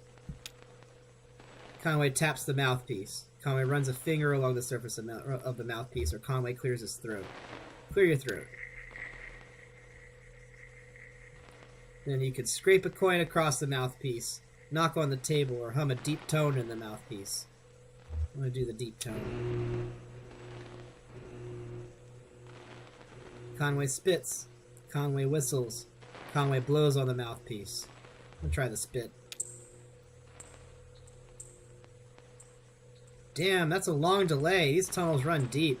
Bet some of them have ruptured or joined up with a cave system. Does that happen? Sounds like they're alive. Alright, I set up my spectrum analyzer, so just say something into the mouthpiece and we can get a sense for how narrow the mine tunnels are. Don't be shy, just say something that comes into your head. Tell me a story about something, or what did you have for breakfast today? Conway, into PA. Here's a story. I used to work doing roof repair. Or into PA. I had breakfast with Lysette. I want to know more about the roof repair. It sounds like it touches into another story. Whoa, that is some sound. My boss got a real big job out in Louisville. We even fixed up a church roof once. My boss got a big job out in Louisville. It should have taken us an hour to get there. Seemed like a big project, but doable. Should have taken us an hour to get there. Then a thunderstorm hit, and it was too late anyhow. But I was too hungover and we ran late. This drinking thing I want to know more about. Too hungover and we ran late. Shannon, got it. Looks like the tunnels are pretty cramped. Yeah, low ceilings. Hope you're ready to stoop a bit. You're probably used to it. Oh, because he's so tall. He must be used to ducking. That's hilarious.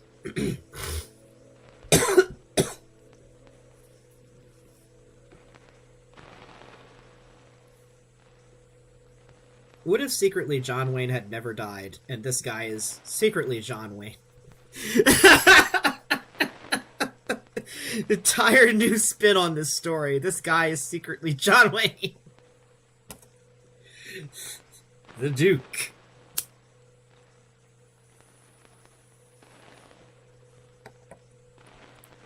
Just sit real close to the mouthpiece and breathe. We need to know if the air is breathable or if it's too thin or too dense. Just sit real close to the mouthpiece and breathe. I'll measure the resonance of your breath with the air in the tunnels. Just try to relax. Try to breathe naturally. This is very hypnotic. Conway breathes and thinks about the road. Conway breathes and thinks about resting. Thinks about the road. Conway breathes and remembers a moment earlier in the day. Conway breathes and remembers a moment when he was younger. I'm gonna go with younger. Shannon. Getting some pretty strong readings here. I think we're in good shape, but keep at it for a minute. Conway breathes and visualizes a hot meal. Conway breathes and visualizes a cold drink. It's gotta be a cold drink. I know he's got some past there. Conway breathes and relaxes a peal of feedback and loose rock and gulps him! Boom, motherfucker! This has been Spinal Tap!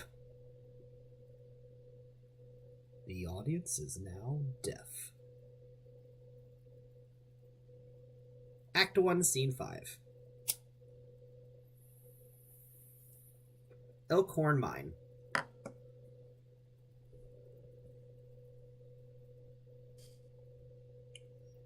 Shannon, Jesus, are you alright? What the hell? Conway, I'm okay. Or, my leg is stuck. Now I want to give you a heads up. Like, no matter what you do, this part doesn't change. So I'm going to do the I'm okay part. But you're going to understand what I mean after this. I'm okay. I've got you. You're alright. Shit, your leg is pinned. See, your leg is stuck either way. I'm going to pull you out. We have to get you out of here. Your leg is stuck either way. It's just about your attitude and your character. How honest you are. There you go. Okay, are you hurt? Can you put any weight on that leg? It's all messed up. Or, it's fine. So let's try it's fine. Just try to stand up. Careful, I'm right here. Damn, don't worry, I got you. That leg is in bad shape.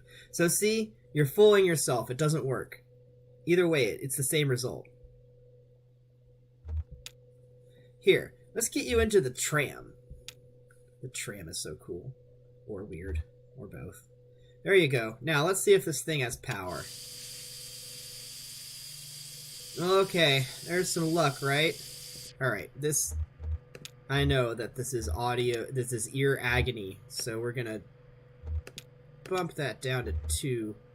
One thing that is a bit annoying about this game is, find myself having to change the volume sometimes because of this reason. Some of the audio is a little bit unbearable at certain levels.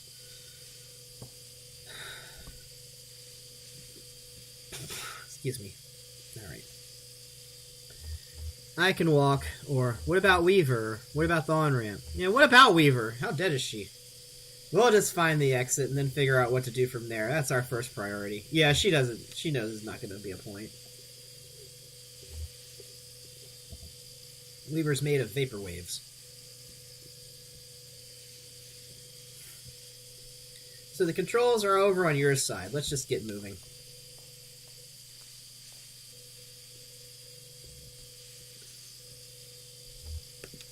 Doink. You can make the light turn off. You don't have to get the sound of it anymore. So you can go forward. Now the thing is, there's a few places where you technically have choices in this game, but as you'll see, sometimes it doesn't really matter. You're still gonna have to go through the same motions.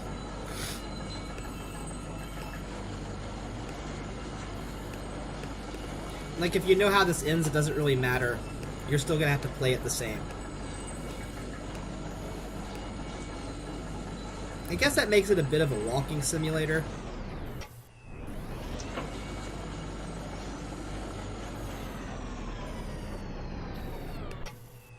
Shannon. Oh, here we are. This may be hard to believe. It's hard for me to believe myself. But this whole branch was underwater last I heard. Is it safe, or how did that happen? How did that happen? Some careless miner or some unattended machine bored through into an underground lake. I like how they say careless miner, but like, what can you really do about that? The water came in pretty fast, and a lot of folks got trapped in the tunnels. I only heard parts of how it went from there, sanitized for the bereaved. You know how those big companies are. There was gossip, too. The trapped miners couldn't get the pumps going because the power was rationed, so they shut all the lights off. But even then it wasn't enough. So I guess it was dark when they... Oof. Are you okay? You lost some people down here, didn't you? Let's just put a point on it. We all lost people down here. Well, not all of us, but most of us.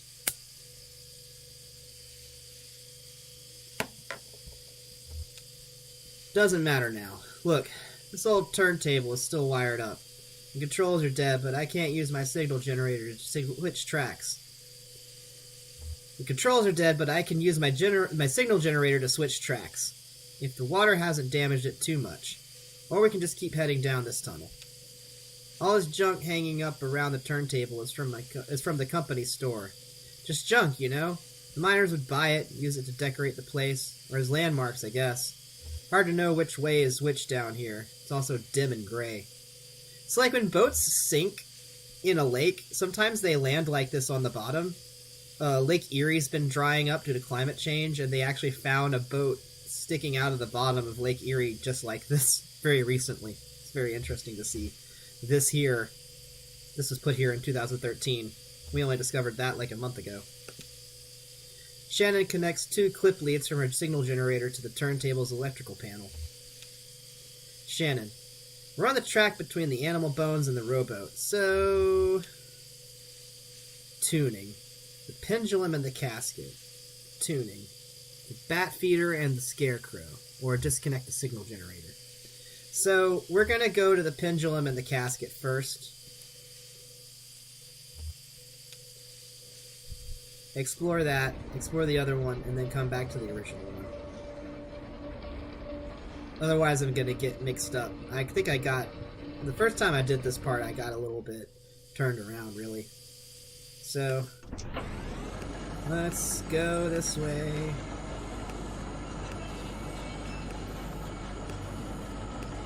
Like, what an unsafe looking light bulb at that. Not even really a light bulb, more like a freaking electrode. Like a live wire glowing in the dark. Look at this place.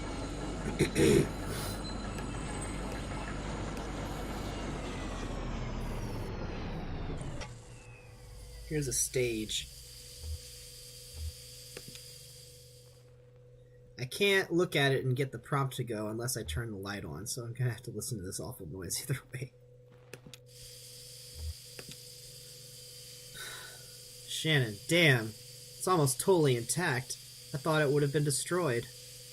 What is this place? Destroyed by what? Destroyed by what? When the mine flooded, I mean. It looks so fragile, doesn't it? It's a recording studio, basically. Kind of thrown together, but when this mine was active, a couple of folk music archivists spent time here recording miners' songs. Really academic, ivory tower types. None of the miners really talked to them much. So they stayed at the margins, observed, took notes, and then sometimes they get someone on a lunch break to sing into their microphone. Then I guess the power company got some kind of interest in the project and gave the archivists some coal script tokens to pay the miners with for their songs. God, that's so sad. Like, I want to say there was actually a movement to reclaim folk songs right around the time that prog rock came into play, like around the 60s. And musicians were actually talking to old folk singers and old people from the country and asking them to sing their folk songs as a genuine desire to carry on the music tradition. And so it's weird to hear, not really weird, but like sad to hear the academic version of that. It's so detached. Did you ever come down here? Or what do you think the archivists were after? She gives kind of a boring answer for what were the archivists after. I want to hear about what did she ever come down here. Yeah, I came down here with my parents once or twice. They used to play music here even when those archivists weren't around. Oh, so that stuff was happening, like, this was stuff that was happening to her parents, not like grandparents or something. They were plastic tokens, so it had to be pretty recent. Not pretty recent, but I mean, like, you know, not the 1900.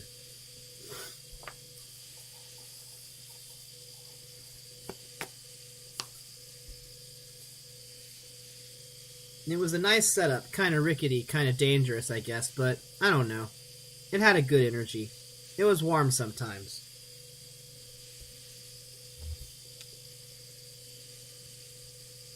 That's it.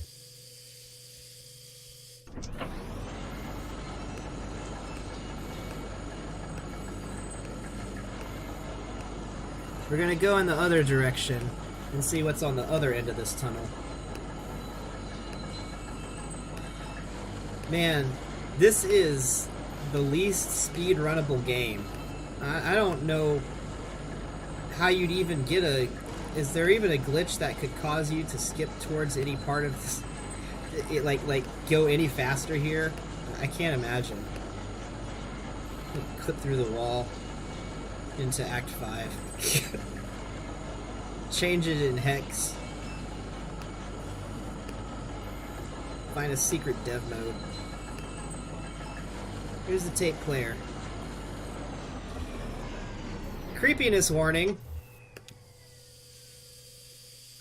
Dusty reel-to-reel tape player is stashed beneath the track, loaded with tape but starved for power. Turn off the light, you'll be able to hear it. Brace for impact.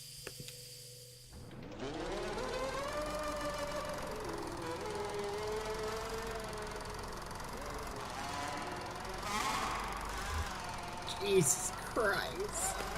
Nope. Bye. Shannon. Oh, I didn't know those were still down here. Conway. What was that? I know that he's supposed to be like, what was that? But I think that after hearing something like that, you'd be like, what was that? Conway, you've been down here before? We've talked about this. What was that? Look, there's a tape player down there. One of those old reel-to-reel setups.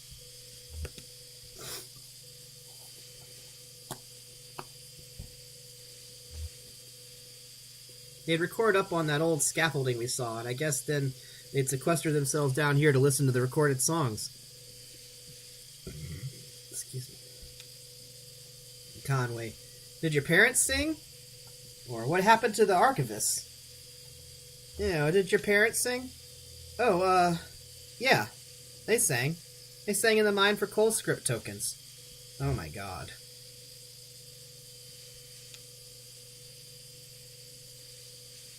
I wonder if that's who's in the graveyard.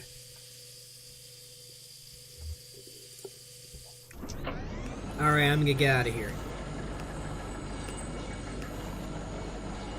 Hey, you know that thing about, like, you found an indie band so obscure that, like, the only way you can listen to their stuff is if you, like, go into, like, this one basement and listen to, like, this, like, one piece of equipment that's just kind of welded there? Well, we just found it. That's the indiest band. It's the Colescript Miners Band. You're welcome.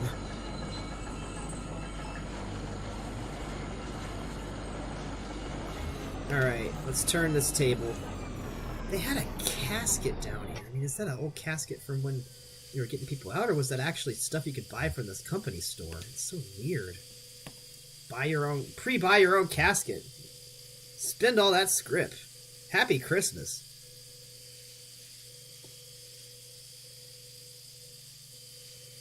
We're on the track between the pendulum and the casket. So, let's go to the bat feeder and the scarecrow.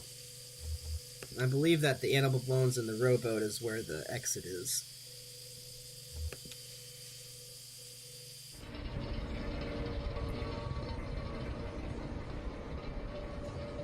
Turntable. It's interesting there's a turntable here. Like a record. And we also have like the reel-to-reel tape player records. Turntable, we had the spiral earlier. Recorded media. Yeah, so let's go back. Let's back it up. Beep, beep, beep, beep, beep, beep, beep, beep.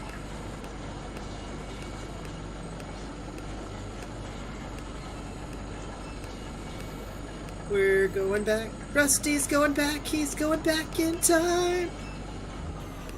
Dead end. Woohoo! Do you hear that? Kind of a muffled rumbling. Maybe we're near water? Maybe we're near the surface? I've done we're near the surface before, and they think it's the highway. That's what happens if we're near water. Could be. There was an underground lake around here years ago. I guess that's why they stopped digging so abruptly here. Oof. Basically just flood the tunnel again.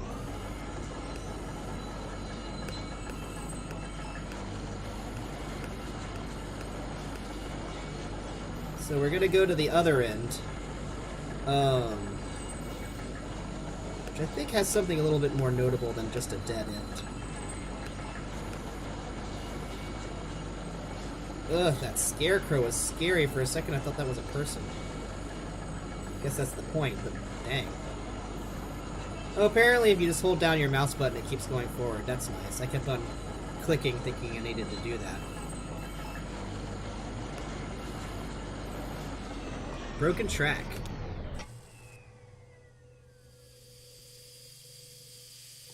The tracks are all messed up here. This tram isn't going any further. I wonder what's down that tunnel.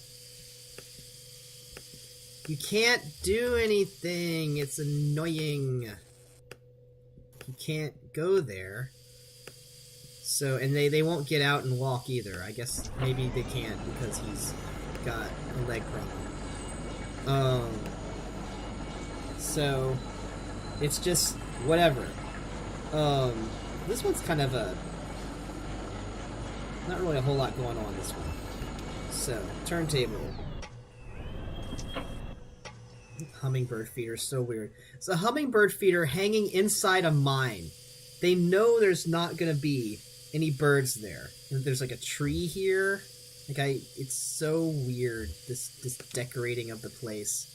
I guess this really is the cave with the fire casting shadows into the walls, but they know that it's fake. The animal bones and the rowboat. Let's go. Pretty much given up on an early hammer speedrun at this point.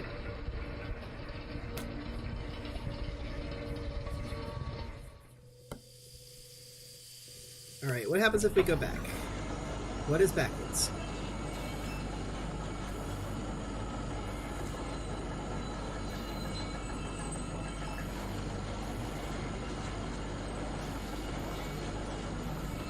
Oh, that curvy ceiling is so creepy.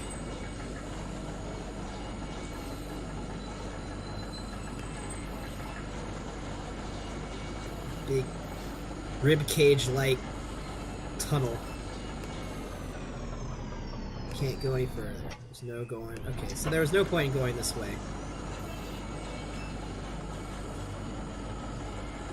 God. A Brachiosaurus skeleton.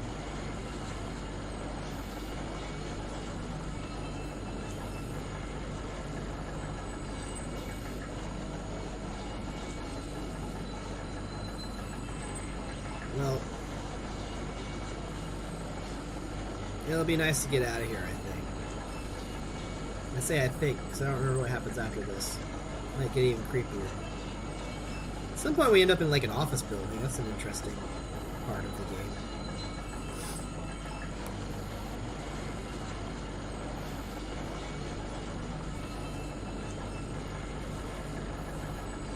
So she's basically remembering when she came down here when she was a kid and her parents were singing. Here it is. Here's the exit. Good job. Thank God. Okay. Let's go. Or let's poke around here a little bit more first. No. Let's go! Yeah, okay, that tunnel where the tracks were broken, I'd like to take a look down there. Do whatever you need. I'll just wait for you here. Or, if you wait for me here, I'll just go take another look around. Okay, so either you say you'll wait here, or she'll say that she'll wait, that you'll wait here. I'll volunteer to wait instead of being told to wait. Thanks, I'll be right back. It's time to be abandoned. You are all alone. Birdcage. Oh, now that she's gone, we're starting to look at our surroundings in a different way, as in we're bored. A paper tag hangs from the birdcage by a string. Canary, 25 tokens. Oh my god, there used to be a canary in there, and it was bought for coal script.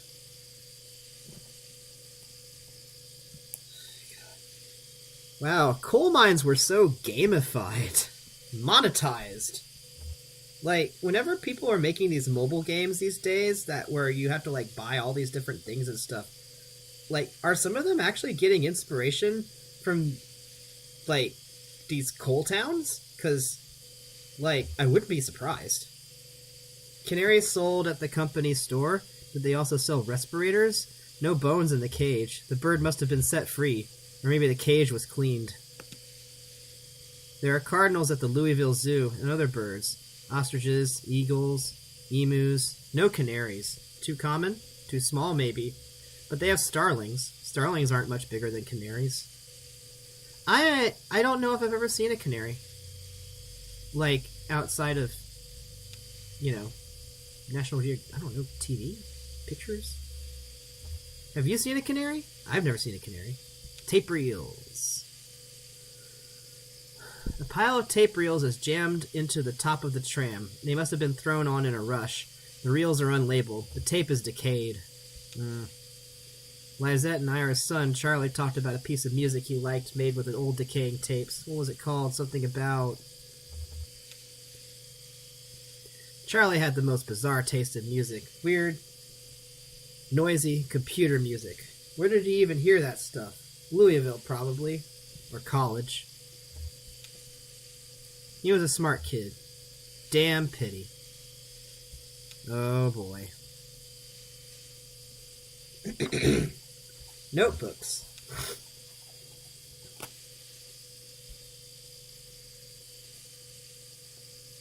The notebook at the top of this dusty stack is labeled in black marker.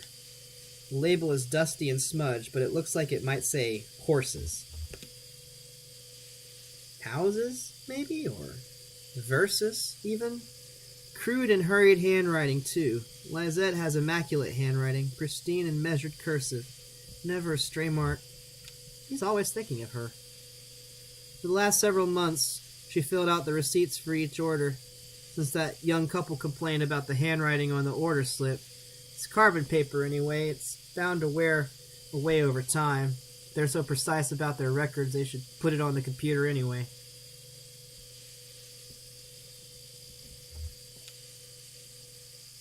I wonder if he has bad handwriting. Sounds like she was doing all the writing and the receipts for him. And the exit sign appears. I'm going to turn out the light. Man, there's always some kind of weird sound playing.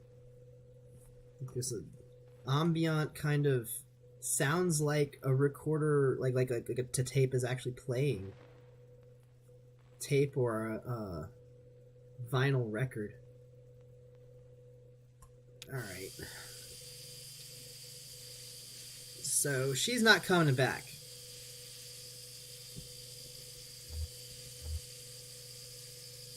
Can we go back? No, we can't. We can't operate the thing anymore. So we've been abandoned. We've been so abandoned, and we are now alone again. Well, let's go. Let's exit. Let's exit this place.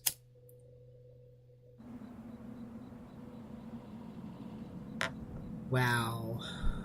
Why would you even think you could go here? Oh my gosh, the dust. So weird. So yeah, now he's got kind of a limp when he walks. You can look at the shack. What's in this shack here?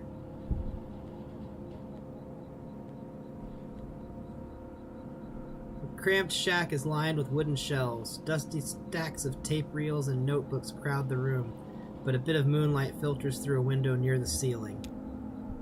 On a small desk in the middle of the room lay 3 notebooks. The red one is labeled J. Marquez. The green one is labeled R. Marquez. The blue one is unlabeled. Open the red notebook. Open the green notebook. Or open the blue notebook.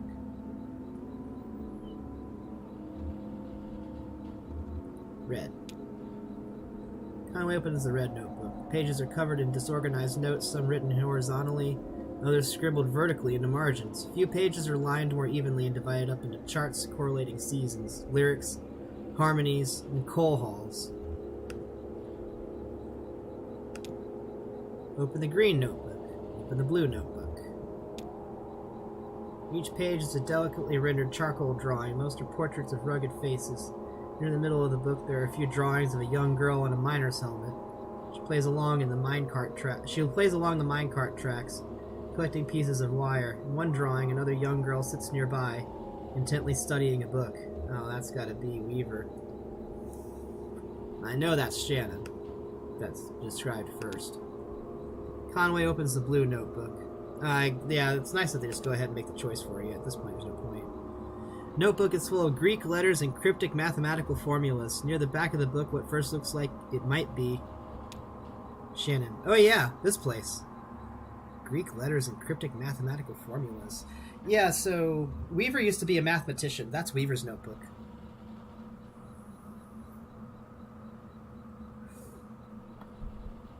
I didn't think you were coming back. Or, these notebooks are labeled Marquez. Your parents are the archivists? Shannon, no. Weaver's parents are the archivists. My parents were miners. Oh, are they... They're cousins, that's right. They're not sisters, they're cousins. Interesting.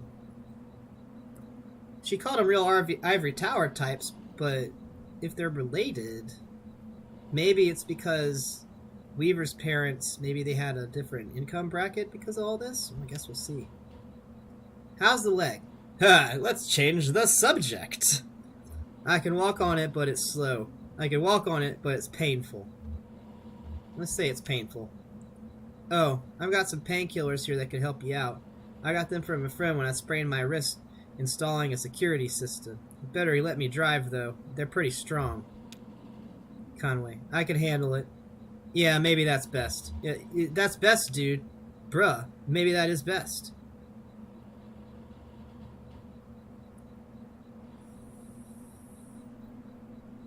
Don't worry, I've been driving since I was 9. I still need to find the 0. I guess I should look for another route to Dogwood Drive. I want to persist after the 0. But I talked about how the more interesting choices are usually the non-0 choices. And he is just trying to get to Dogwood Drive. So why don't we talk about the Dogwood Drive? Yeah, alright. Well, maybe asking Weaver about the 0 was the wrong place to start. Maybe we should just ask her for specific directions. Her answers are complicated enough without a layer of indirection at the question. Yeah, because the 0 was supposed to take us to Dogwood Drive. Why don't we just get to Dogwood Drive? I saw Weaver at my workshop. That's up north by Lake Nolan, right at Wax and Peonia, in the back of a bait shop. Pretty glamorous, right? These are the times we live in. She's either up there or back at the farmhouse. Whichever you want to head to first, just let me know. Yeah, she's whichever you want to head to first. Whichever you want to head to first, that's where she'll be.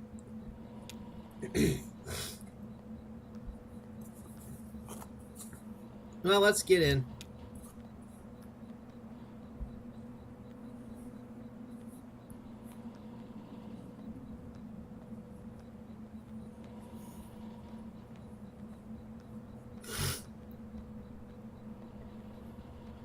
I like that old truck. It looks good. It's got like a good silhouette. Shannon, Lizette's Antiques. I guess this is your truck? Surprised? This is my truck. Yeah, this is my truck. You like it? This is my truck. Hey, dog. What's up, dog? How's it going, old man? Old man, this is Shannon. Yeah, you should introduce each other. Nice to meet you. I never had a dog. I never had a dog. My folks worked alternating shifts for a while. Dad was allergic. Folks worked alternating shifts for a while. No time to care for a dog. And they finally got their shifts in sync. I want to know what story. Tell me the story. Oh, and then that's when the flood must have happened. Man. Let's get in the truck and go. No, we're not going to stick around. We're going to get back in the truck. Let's go. The thing is, I haven't really found a reward for sticking around a place. There's not a lot that kind of appears after you explore it. It's pretty much read. Like, you know, you've read your email. That email isn't going to update anymore. It's going to be the same email each time you read it. So, I think that we should go down to the Marquez farmhouse. So, I don't know how long I want to play this, by the way. Let me look at see how long this broadcast has been going. We're at 1:52. Alright, so I wanted to make it to at least 2 hours. I want to see if I can get to the end of Act 1. And if not, at least hit kind of a satisfying stopping point. So let's get over here. Let's get to the Marquez farmhouse. The bait shop creeped me out, to be quite honest. Act 1, Scene 6. So yeah, I think it's pick your location and the scene will happen there. Marquez farmhouse. Well, maybe it wouldn't even happen at the bait shop, because the bait shop isn't actually a location that you zoom in on and see people in. Like, you don't visit. You just kind of stay outside and read a bunch of dialogue. No, I don't want to get back in the truck. Okay, I can see why we would stick around for a bit. It's when you cook the thing too early. Oh man, am I a slowpoke?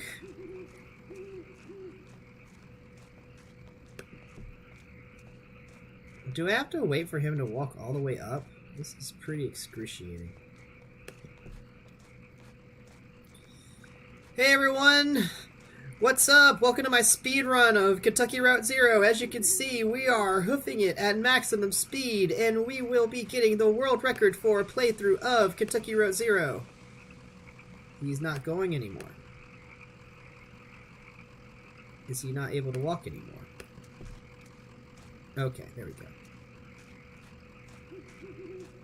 Oh, I see. She's propping him up now, so they walk together. He's going faster. Thanks, Shannon. You're amazing. Hey, let's together look at the graveyard. Shannon, there's nobody buried here, you know. It's decorative, I guess. Oh, they couldn't find the bodies. Or it's art or something. I don't know. A decorative graveyard? What are the names on the headstones? What are the names on the headstones?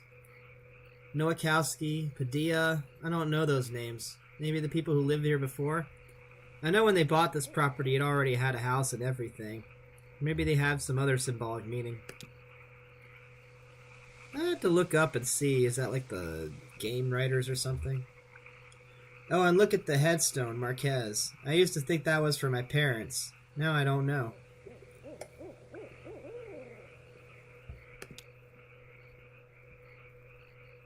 Is that because Weaver's actually dead?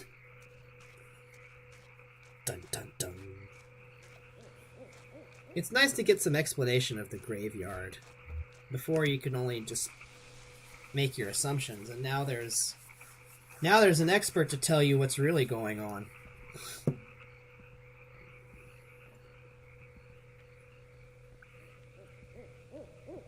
It's interesting. If you didn't have Shannon here, then everything you assumed about the game would be correct, because there would be nobody to tell you otherwise. Let's talk over here, where your sister was. So, this is where she was? Yeah, makes sense. This is where Weaver and her parents lived. They took out a bunch of loans, you know, and had this place built. Oh. So not necessarily rich, just wealthy for the time. Do you have any debts? Never really had any collateral. I owe some people some apologies. That's a nice one. Well, you're lucky that's all you owe. Damn. My parents were like that until the company store found a way to get to them. For my dad, it was tokens to run the fans and air purifiers, and for my mom, it was canaries. Two solutions to the same problem, but they sure sounded different. Weaver had debt too, a lot of it, all tuition.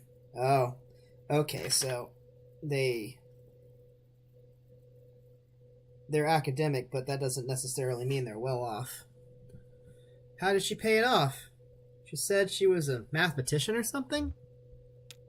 Yeah, she studied some esoteric stuff about something about using math to translate between Spanish and English. I think eventually Weaver put those math skills to work on all the red numbers in the family checkbook and get a clear sense of just how hopeless their situation was. Damn. So she left. Guess she just drove away in the middle of the night. They woke up in the morning and the car was gone. Never came back. Weird. Until tonight. Somebody else told me to come here and talk to her. She seemed really focused on that old TV. Were you happy to see her? Yeah, I want to know what Shannon thinks. I don't know. It was so sudden and wasn't like a reunion. She just appeared. Oh. That's not something you see every day. That old TV right there. Well, that is a damned antique for you. I had a model like that in the shop once, but I had to sell it off to make rent. Most painful decision I ever made. Huh. Yeah, if you don't make certain choices, sometimes they give you the dialogue anyway. I think it's because if it's a story important, then they will give it to you no matter what. Say, do you mind if I open it up? Looks like the dials are all corroded and the screen is leaking light a bit. Come on, I bet Lizette would never forgive you for letting a specimen like that fall into disrepair.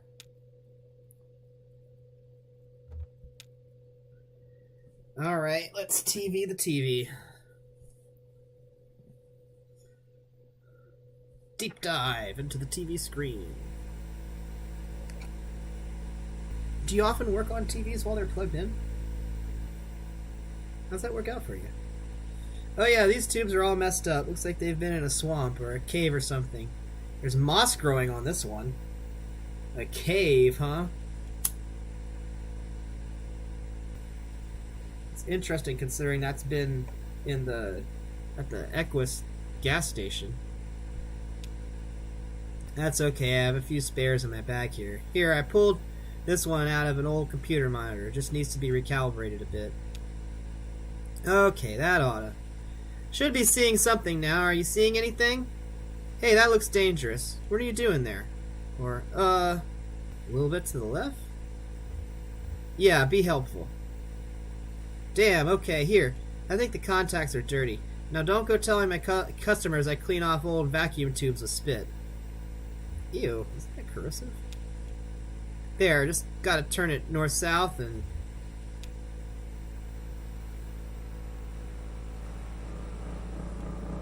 Whoa! That was the coolest effect in the game so far. Hey, that's the Route Zero sign. Kentucky Route Zero has been behind the barn the whole time.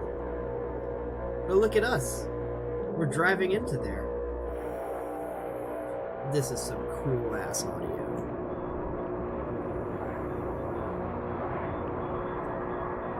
So apparently you do find Route Zero by getting Shannon to fix the TV.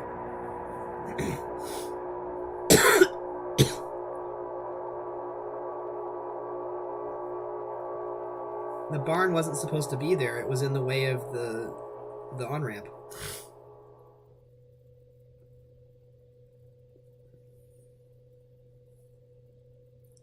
Adjusting the TV made the barn go away.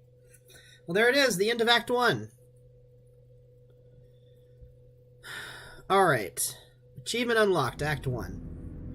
I think we're going to wrap it up there. I think that's a great place to stop.